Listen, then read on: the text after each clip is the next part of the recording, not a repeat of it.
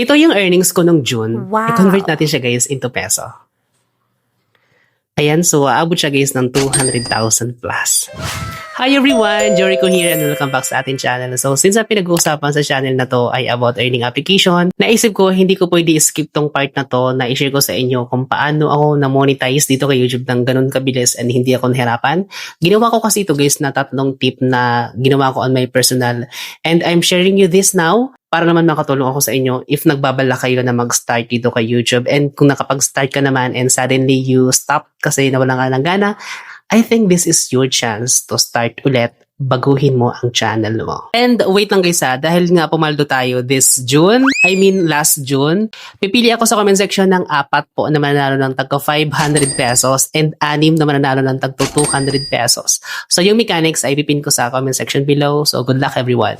This is your call sign para makapag-start na dito kay YouTube ASAP, as in ngayon na mismo guys. Kasi sayang yung opportunity, sayang yung pagkakataon na nandiyan ka lang naman siguro sa bahay niyo, wala kayong ginagawa. Or you're using your cellphone pero feeling mo parang you're just using for nothing, you know. Naniniwala ko guys na yung pera kasi ay hindi lang makikita sa labas ng bahay. Yung pera ay nasa cellphone na rin natin. So you just have to utilize and maximize your skills. And ito na nga guys, 3 ways lang naman yung ginawa ko para mabilis ako na-monetize. And for me, hindi ako masyadong struggle na makuha yung requirements na to.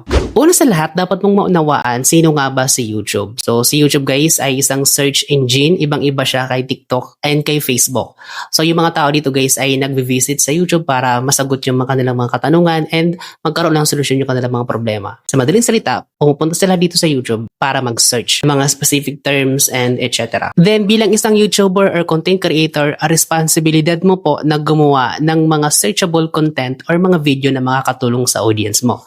Yun yung essential or yung importanteng parte as a YouTuber, yung nakakatulong ka sa ibang tao. Create a searchable or meaningful content. Then pangalawa, dito na mag-start yung pag-build ng trust ng audience sa'yo kasi nakatulong ka sa kanila. And as you can see here sa aking content guys, ay most of my channel or most of my video ay nakita nila yung mga content ko dahil sa search. This is your perfect time para makapag-start na dito kay YouTube kasi guys, kung mapapansin mo, lahat ng mga YouTuber dati na mga active dito kay YouTube ay nandun na po sila sa TikTok affiliate. Yung iba naman ay nagre-rails na. So wala nang masyadong competition. I mean, medyo bumabala yung competition dito kay YouTube kasi yung iba ay mas nag-focus na sa ibang platform. And this is your sign para makapag-start na dito kay YouTube kasi the more na mababa na yung competition, mas malaki yung chance na may recommend yung channel natin sa ibang audience. And the second one guys, sobrang taas na ng value ng dollar. 61 pesos na ngayon. Yung $1, 61 pesos na yung value ngayon. So dati nag-start ako, 54 pesos pa lang. Tapos ngayon 61 na. Imagine yung tinaas ng dollar ngayon. And naniniwala ako na medyo magtatagal pa yan bago bumaba. And bilang isang tao na naghahanap ng pagkakapirahan, wag natin sayangin yung opportunity na to habang mataas pa yung value ng dollar. Create lang tayo ng create ng content kasi mali naman natin, di ba? Magbunga yung mga efforts natin.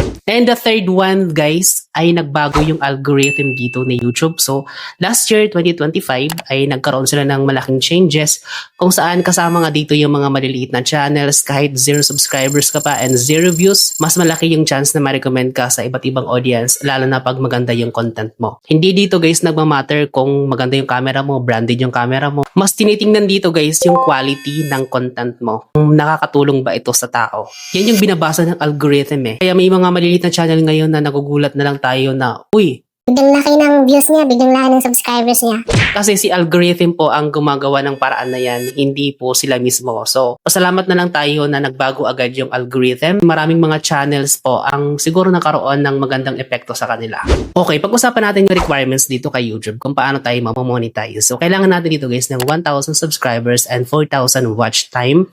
Public watch time yung kailangan natin dito. So, ano ba yung dapat mong gawin para mabilis kang ma-monetize? Okay, pag-usapan natin yan. Huwag kang mag-focus masyado sa requirements kung paano mo siya mara-reach. Ang pag-focusan mo guys, kung paano ka makakagawa ng mga mahalagang content.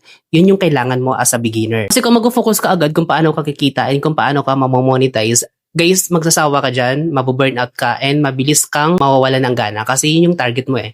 Pero kung yung target mo ay makakuha agad ng magandang engagement ng audience, makakuha ng trust from the subscribers, magiging madali na sa iyo lahat yan guys, promise. Kasi ganito yan, kung may trust na si audience sa'yo, mas malaki yung posibilidad na mas panunuorin pa niya yung mga pararating and yung mga videos na in-upload mo.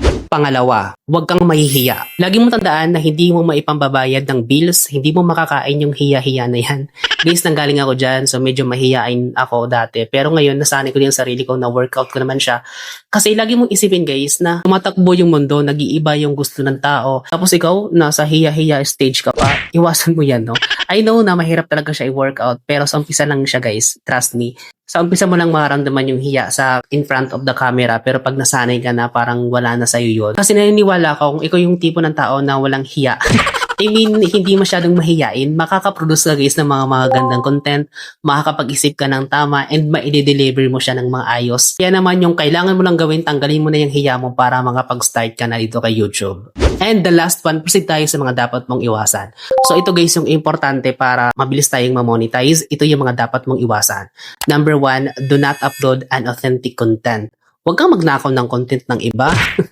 Mag-upload ng sarili mo. Sobrang dali lang gumawa ng content guys. Basta nag-iisip lang tayo. Oh, yeah. Dahil nag-update si YouTube, nag-update din dito yung mga, siguro mga mahihigpit lang ng mga palisiya nila. Pag na-detect po yung channel mo, nag-gumagawa ka o nag-upload ka ng hindi sa yung mga video or unauthentic yung mga content mo, mababan and hindi ka na agad mamonetize. And isa sa mga napansin ko, I'm doing YouTube for 2 years already. Mas minamahal ni algorithm po yung mga video na authentic kaysa mga galing sa nakaw ng mga videos. At isa pa, kung mga original content yung ginagawa natin, mas lesser po yung mga violations na makukomit natin. So summary, all of these, yung kailangan lang natin guys ay searchable content and authentic content. Kaya naman kung nagbabala ka na gumawa agad ng YouTube ay simulan mo na ngayon kasi it's all free and malay natin, di ba, magbunga yung effort natin. So that's it for today's video guys. I hope na nakatulong tong video na to. And kung gusto mo pa naman ganitong klaseng content about YouTube tips, huwag mo kalimutan i-comment yan sa baba and gagawin natin ang video. So see you on my next upload. Bye and God bless.